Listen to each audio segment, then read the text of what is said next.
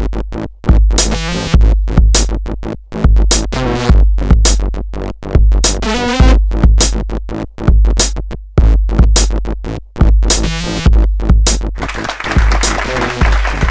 everyone and welcome to C Squared, a show where every topic is a crucial conversation. I'm your host, Jose Amador. Now this show will serve as a platform to discuss the issues that directly impact the LGBTQ community. Here, issues will be set front and center, open for debate, conversation, but most importantly, call to action. I'd like to welcome you all to a venue for bold, direct, and unfiltered crucial conversations. Ladies and gentlemen, this is C Squared. Whoever could we be? I can never be nothing but authentically me. If you're looking for a place to have crucial conversations, no longer have to fear, cause you can have them here.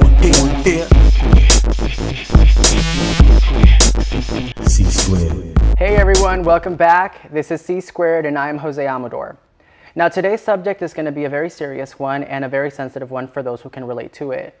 According to the National Foster Parent Association, it was in 1853 that a man by the name of Charles Loring Brace began what was then known as the free foster home movement, now popularly known here as the foster care system.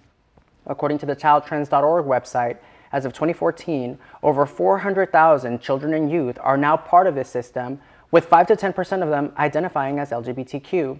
So today on C Squared, we're going to be sharing the stories of individuals who have lived in the foster care program, and they're also going to let us know how they feel this experience shaped their lives.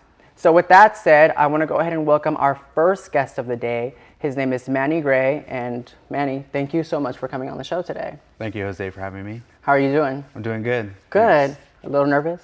A little. A little. Just a little. Okay, I'm asking Manny if he's a little nervous because you said that not many people know your story, right? Correct. Okay, so I really want to thank you actually for coming and sharing because I know it's something very personal to you.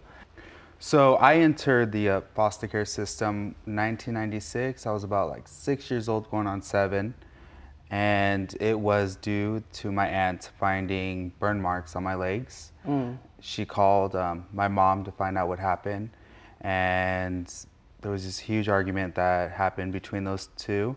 And my aunt called CPS. That's when Child Protective Services came out, interviewed me, and they went through the whole process to remove the rest of my siblings. And how many of there are there? There's a total of 4 of us. Oh, okay. Correct. So if all 4 of you were taken from your home at once? So I was not with them when they were taken away. Okay. I was with my aunt spending a night. So they interviewed me first, and from what I was told is the Child Protective Services and the police officers went to the apartment that I was living at the time and found drugs in the apartment. It was dirty, and they detained 3 of my siblings and put us with my grandparents. Oh wow! So you guys went to your grandparents' home as the shelter home that you guys would be at.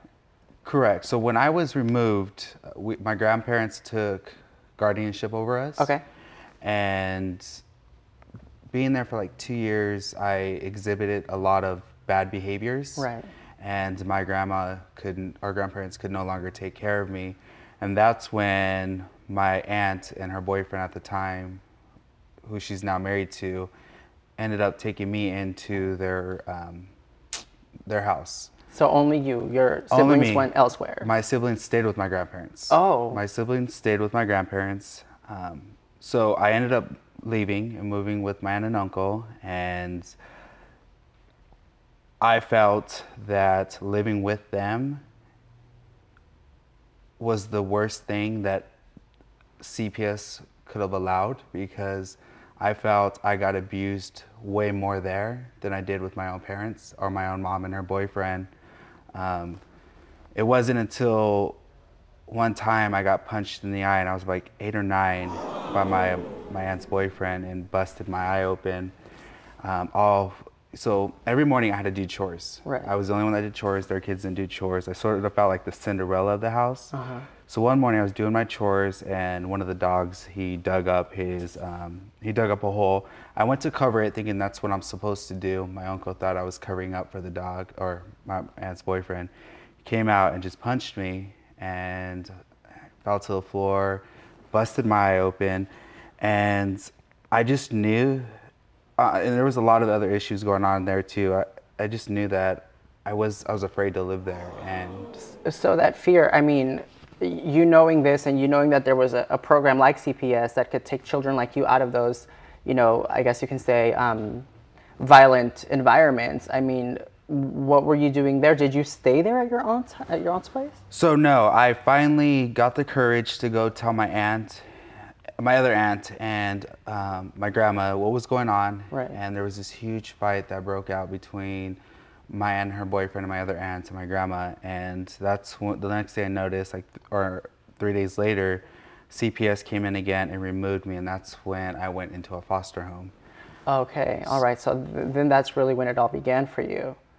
Yeah. Okay. Well, being in foster, like, I was taken away at 6, you know, entered into foster care. I was just living with family. Okay. But when I actually went into my first foster home, it was about when I was 11 years old. Okay, so it had been, what, 5 years after the fact? After the fact. And you went into a new family's home. How was that experience living actually with a family that you know nothing about? I mean, what were your feelings going into it? And how was that first experience for you? You know what? I didn't know what to expect. Mm-hmm. But in my opinion, anything was better than living with my aunt and her boyfriend at the time. I was afraid. So moving, if it was a new family, I was willing to maybe at least see what would be better than where you were at, right? Correct. So you mentioned that being with your aunt and her boyfriend was more abuse. What exactly do you mean by that, if you don't mind sharing? So I got hit all the time. Mm-hmm. You know, just really brutally, like, just, it was always my aunt's boyfriend, and it was constant spankings and, you know, the punch in the eye and being pushed. And if I did something wrong, unfortunately my aunt and her boyfriend thought I was kind of slow because I was too scared to function, and that's what I'm saying. But they just thought I was mentally not all there. So when I would mess up, he would, you know, go to my head and just you know, just mock you by like knocking on your head. So there was just times where I had knots in my head. Like I said, I had to do all the chores. Mm-hmm. Their kids like literally made me eat like dog feces one time. They also were very mean to me, and so that was the abuse that I experienced with your aunt and your uncle. And you know, even being with my mom's boyfriend, he abused us too, but it wasn't as worse as what my aunt and her boyfriend did. And this was the same aunt that called CPS on my mom. Yeah, and I actually find that very interesting that she took the time to actually go ahead and call CPS. Now, when we come back from the break, I'd like to share more about your story with our viewers. And when we come back, we will hear more about Manny. But before, I need you guys to watch the next segment. It's titled Boots on the Ground, where hosts of C Squared go out on the streets and ask people questions about the topics that we're discussing here on set. So when we come back, we'll see you then.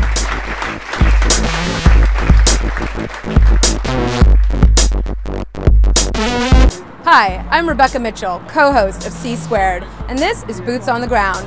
We're here in West Hollywood to talk to some people about issues pertaining to the LGBT community. So, let's go talk to some people. Sam, I wanted to ask you, do you think that the gay and lesbian community has a responsibility and maybe even an obligation to help the LGBT youth community within the foster care system, mentoring and assisting them? Yes, for sure. I think definitely. I mean, I was a teenager at some point, and I needed support, and the people that were there for me made a big difference. And I also know teenagers that didn't get help, and I see where their life went. So it can go pretty tragic pretty quickly if we don't take care of those people. Well, and specifically those within the LGBTQ youth community within the foster care system, unfortunately they largely remain in the system due to issues surrounding their sexuality. So I do feel it's kind of important that we look into that and take care of those. Would you be interested in getting in touch with some agencies to maybe assist in mentoring or anything? Absolutely. Believe it or not, I grew up in a foster care myself, so I think being in a foster care whether you're gay or not gay, it's hard enough, and then if you're gay on top of that, it just adds another layer of hardship. So yeah. Everybody should be supported no matter what they believe in or what they feel. Exactly. All right, well, thank you so much, Cheryl. Thank you. And I'm Rebecca Mitchell, and this is Boots on the Ground. Whoever could we ever could we be? I can never be nothing but authentically me. If you're looking for a place to have crucial conversation, no longer have to fear, cause you can have them here, here, here.